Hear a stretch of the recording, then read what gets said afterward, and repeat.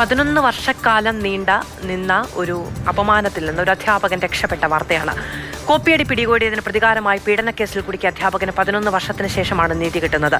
Munnar government college അധ്യാപകനായ ആനന്ദ് വിശ്വനാഥനെയാണ് കോടതി കുറ്റവിമുക്തനാക്കിയത്. വിദ്യാർത്ഥിനികൾ SFI പ്രവർത്തകരായിരുന്നു. രാഷ്ട്രീയ പ്രേരിതമായി കെട്ടിച്ചമച്ച കേസാണ് ഇത് എന്ന് തൊടുപുഴ കോടതി നിരീക്ഷിച്ചു. ആ കോപ്പിയടി കേസ് അവർ റിപ്പോർട്ട് ചെയ്യാതെ ഈ 6-ാം തീയതി തൊട്ട് 10 ദിവസം പോകണം കേസിൽ ഞാൻ വീട്ടിൽ ചെന്ന് ഈ സംഭവം റിപ്പോർട്ട് ചെയ്ത് കാണും എന്ന് വെച്ചിട്ടാണ് ഞാൻ പോയത്. തിരിച്ചു വരുമ്പോഴും എനിക്ക് മനസ്സിലാവുന്നത് എനിക്കെതിരായിട്ട് ഇവിടെ ഒരു പരാതി ലഭിച്ചിട്ടുണ്ടെന്ന്. സ്വാഭാവികമായിട്ടും ഞാൻ ചോദിച്ചു. എന്നെ കൊണ്ട് വന്ന HOD-മാരെ കൊണ്ട് ഒപ്പിടിപ്പിച്ചിട്ടാണ് കൊണ്ടുവരേണ്ടവർ വന്നിട്ടില്ല. എന്നിട്ട് ഇവർ ഏകപക്ഷീയമായിട്ട് തീരുമാനിച്ച് ആ തീരുമാനങ്ങളുടെ അടിസ്ഥാനത്തിൽ അവിടെയും ഇവിടെ റിപ്പോർട്ട് ചെയ്തു ഞാൻ കുറ്റക്കാരനെ ആക്കപ്പെടുകയും ചെയ്തു.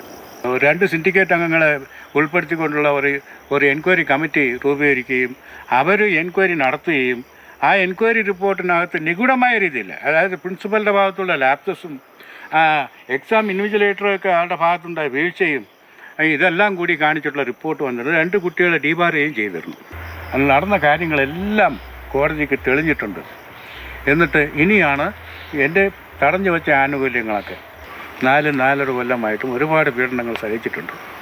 ഇതെല്ലാം എന്നെ സംബന്ധിച്ചോളം ഇതൊരു നല്ല സംരംഭമായിട്ട് തന്നെ കാണുന്നത്. കാരണം ഇനി മേലാൽ കേരളത്തിൽ എവിടെയെങ്കിലും വിദ്യാഭ്യാസ മേഖലയിൽ ഇതുപോലൊരു സംഭവം സംഭവിക്കരുത്.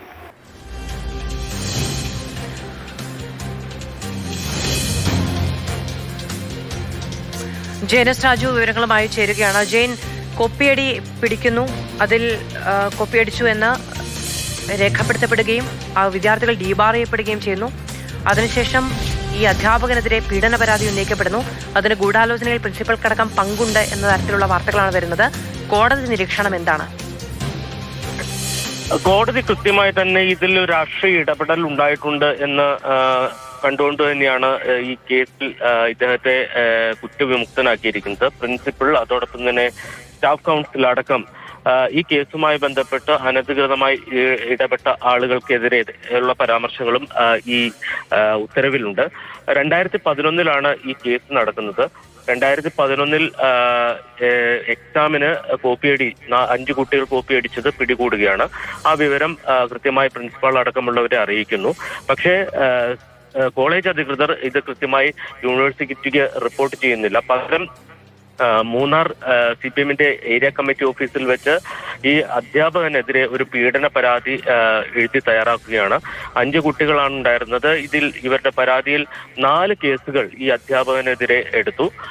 ഈ കേസിന്റെ ആദ്യ വിചാരണ നടന്നത് ദേവികുളം കോടതിയിലാണ്. ദേവികുളം കോടതി ഈ അധ്യാപകൻ കുറ്റക്കാരനാണെന്ന് കണ്ടെത്തുകയായിരുന്നു. ഇതിനെതിരെയാണ് അദ്ദേഹം തൊടുപുഴ അഡീഷണൽ മജിസ്ട്രേറ്റ് കോടതിയെ സമീപിക്കുന്നത്.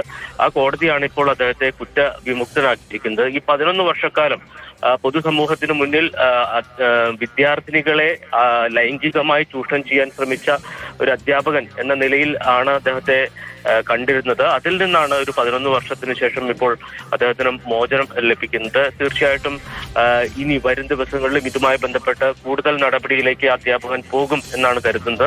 പ്രത്യേകിച്ച് വിചാരണ ഘട്ടത്തിലൊന്നും ഈ പിരിയൽ ആനുകൂല്യം അടക്കമുള്ളവയൊക്കെ റദ്ദ് ചെയ്ത് വെച്ചിരിക്കുകയായിരുന്നു. വളരെ ഗൗരവതരമായൊരു ആരോപണമാണ് ഉണ്ടായിരുന്നത്. കോടതിയിലേക്ക് പോകുന്നു. എങ്ങനെയാണ് ഈ സംഭവത്തിന് മുൻകൂറായി നടന്ന ഈ കോപ്പിയടിയും ഡീബാറും ഒക്കെ കോടതിയുടെ ശ്രദ്ധയിൽപ്പെടാതെ പോകുന്നത്? ഇത്രയും കാലം നീണ്ടുപോയത് എങ്ങനെയാണ് ഈ നടപടികൾ?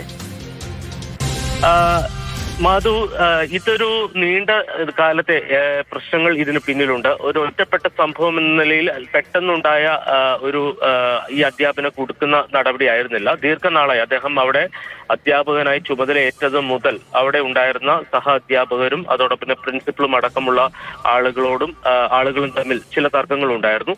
ആ തർക്കങ്ങളാണ് വഴിവെച്ചത്. അതായത് ഈ കോപ്പിയടി ഒരു അവസരമായി സ്കൂൾ മാനേജ്മെന്റ് അല്ലെങ്കിൽ സ്കൂൾ പ്രിൻസിപ്പാൾ അടക്കം ഉപയോഗിക്കുകയായിരുന്നു എന്നുള്ളതാണ് മനസ്സിലാക്കുന്നത്. അതിന് സഹായം ചെയ്തത് അന്ന് പ്രാദേശികമായി CPM-ന്റെ പിന്തുണയുണ്ടായിരുന്നു. അന്നത്തെ MLA അടക്കം ഈ കാര്യത്തിൽ ഇടപെട്ടിട്ടുണ്ട് എന്നൊരു ആരോപണം അദ്ദേഹം ഉന്നയിക്കുന്നുണ്ട്. S. രാജേന്ദ്രനായിരുന്നു അന്നത്തെ MLA. ആ MLA-യുടെ അടക്കം ഇടപെടലിനെ തുടർന്നാണ് ഇത്തരമൊരു കേസ് കെട്ടിച്ചമയ്ക്കപ്പെടുന്നത്. ആദ്യഘട്ടത്തിൽ ഈ പെൺകുട്ടികൾ കോടതിയിൽ എത്തുകയും കോടതിയിൽ അവർ ഈ ആരോപണത്തിൽ ഉറച്ചു നിൽക്കുകയും ചെയ്തു എന്നുള്ളതാണ്. ഏരിയ കമ്മിറ്റി ഓഫീസിൽ വെച്ചാണ് ഈ പരാതി എഴുതി തയ്യാറാക്കിയതെന്ന് വിചാരണ ഘട്ടത്തിൽ ഒരു പെൺകുട്ടി മൊഴി നൽകിയിരുന്നു. അത് ഈ കേസിൽ വളരെ വഴിത്തിരിവായിട്ടുണ്ട്. കാരണം ഇതിന് പിന്നിൽ ഒരു രാഷ്ട്രീയ ഗൂഢാലോചനയുണ്ടെന്ന് അല്ലെങ്കിൽ ഈ അധ്യാപകന് ഉന്നയിക്കാൻ ഒരു അവസരം കിട്ടിയത് ഈ പെൺകുട്ടിയുടെ ഭാഗത്തുനിന്ന് ഉണ്ടായ ആ മൊഴിയാണ്. അങ്ങനെ ഇതിനകത്തൊരു രാഷ്ട്രീയ ഗൂഢാലോചന ഉണ്ടെന്ന് മനസ്സിലാക്കുന്നു. പക്ഷെ ആദ്യഘട്ടത്തിൽ ഈ വിചാരണ കോടതി ഇതുമായി ബന്ധപ്പെട്ട് ഈ രാഷ്ട്രീയ പശ്ചാത്തലം അടക്കം പരിശോധിച്ചിട്ടില്ല എന്നുള്ളതാണ്. ആ പരിശോധിച്ചിട്ടില്ല എന്ന് ചൂണ്ടിക്കാട്ടി തന്നെയാണ് ഇദ്ദേഹം അപ്പീൽ നൽകിയത്.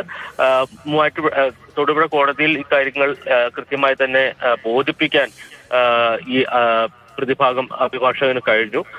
തീർച്ചയായിട്ടും അതിന്റെ ഫലം കൂടിയാണ് അദ്ദേഹത്തെ കുറ്റവിമുക്തരാക്കിക്കൊണ്ടുള്ള നടപടി ഉണ്ടായത്. ഇതിൽ ഏറ്റവും പ്രത്യേകത എന്ന് പറയുന്നത് ഈ 5 പെൺകുട്ടികൾ അവർ വിദ്യാർത്ഥിനികളായിരുന്ന സമയത്ത് ചെയ്ത അല്ലെങ്കിൽ ആ ഒരു മറ്റ് സമ്മർദ്ദങ്ങളെ തുടർന്ന് ചെയ്ത ഒരു നടപടിയാണ്.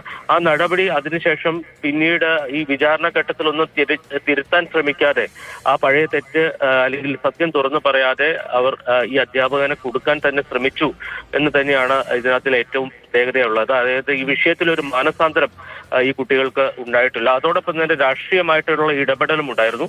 ഒരു ഘട്ടത്തിൽ ഈ വിചാരണ നീണ്ടു പോകുന്നതിനെതിരെ ഈ അധ്യാപകൻ തന്നെ ഹൈക്കോടതിയെ സമീപിച്ചാണ് ഈ വിചാരണ വേഗത്തിൽ ആക്കുന്ന നടപടികൾ ഉണ്ടായത്. ഇതിനകത്തൊക്കെ രാഷ്ട്രീയമായിട്ടുള്ള ഇടപെടൽ ഉണ്ട് എന്ന് ഈ അധ്യാപകൻ ആരോപിക്കുന്നുണ്ട്. മാധു. ശരി, ജയനസ് രാജു ആണ് വിവരങ്ങൾ നൽകിയത്.